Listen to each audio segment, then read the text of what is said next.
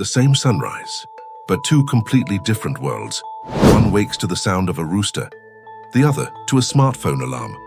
One pours water from a ceramic jug to wash their face. The other taps a motion sensor for hot water in seconds. It's the same planet, just 100 years apart. And what changed between breakfast and bedtime is almost everything. In the 1920s, breakfast was slow, simple, and handmade. Fresh bread, butter churned by hand. Maybe eggs if the hens were kind that morning. In the 2020s, breakfast is fast, chimney protein bars, drive-through coffee, and a race against the clock. Back then, the day started with effort. Now it starts with convenience. She steps outside. 1920s shoes on dusty roads. 2020s sneakers on polished pavement. One waits for the tram. The other scrolls for a rideshare.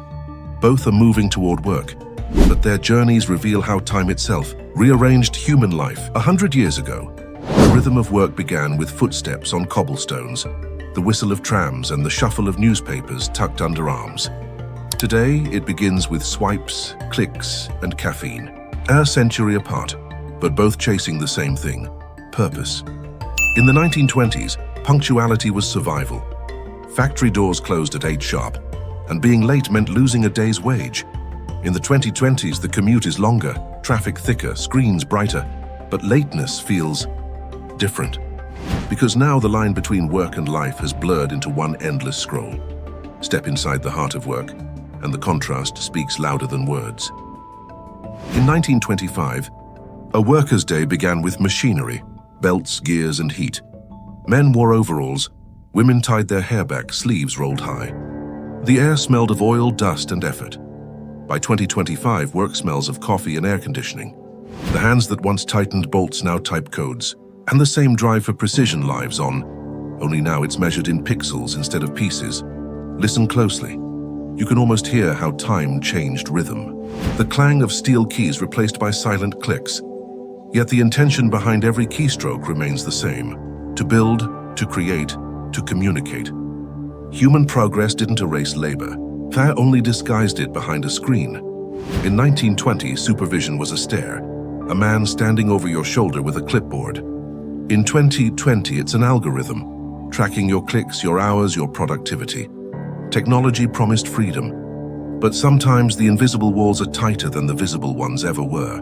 A century ago, women worked quietly, sewing, teaching, typing, their ambition often boxed within walls society built for them. Yet those same hands, those same minds, laid the path for today's independence. Now in glass offices and home studios, they lead, design, and innovate, not as exceptions, but as equals. It took 100 years to walk from the factory floor to the boardroom, and every step still echoes with the courage of those who began that walk. Even breaks have changed. Once, a pause meant conversation, laughter shared over tin lunchboxes, stories swapped beside smoke and sunlight. Now silence fills the same moment, each face lit by its own screen, each thumb scrolling through borrowed happiness. Progress gave us connection across the world, but took away the closeness across the table.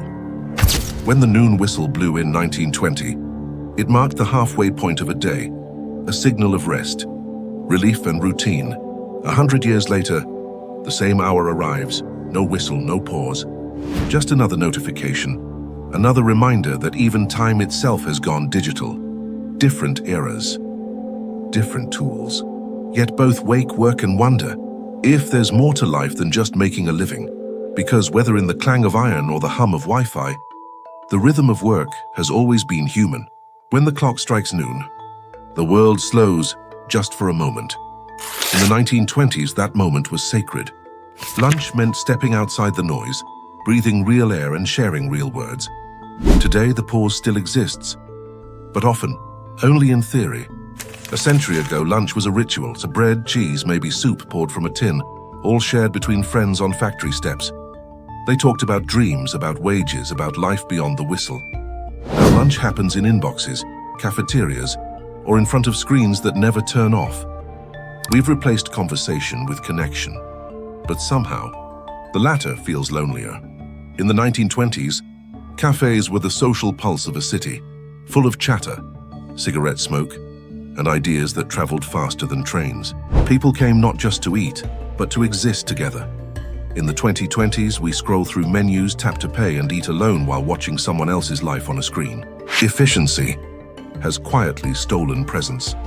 Dinner used to be a conversation, a gathering of faces, laughter echoing through small kitchens. Stories of the day stitched families together. Now stories are told by screens. We eat with the world watching, but no one listening. After work, the world once belonged to movement. People walked, danced, played. The park was alive with voices and violins, the sound of footsteps mingling with jazz from a nearby hall. Today, the park is quiet, not empty, but disconnected. Each person lost in their own digital crowd, scrolling through memories that aren't their own. Back then, leisure meant participation, dancing, laughing, writing letters, building friendships that lasted beyond the night. Now, leisure means consumption, streaming, scrolling, swiping, and always moving, never arriving. We've built a world where entertainment is infinite, but attention is rare. The tools have changed, ink to pixels, parchment to glass, but emotion still feels the same. A message from someone we love still lights up the world, whether it's delivered by hand or by signal. Time changes habits, but the heart, it never updates.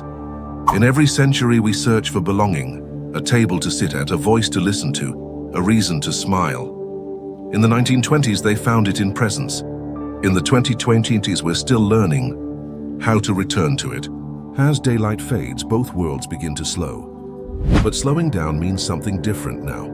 In the 1920s, the evening was a reward. Work ended when the whistle blew, and peace wasn't something to schedule. In the 2020s, work ends on paper, but the mind keeps scrolling long after the clock says stop. Back then, stories came from voices. Families gathered around the radio, their imaginations painting pictures technology couldn't yet show. Now, the pictures are everywhere, but imagination feels harder to find. In the 1920s, joy was handmade, a dance, a card game, a quiet walk beneath lamplight. In the 2020s, joy is streamed, downloaded, and liked, a click away. Yet somehow harder to feel.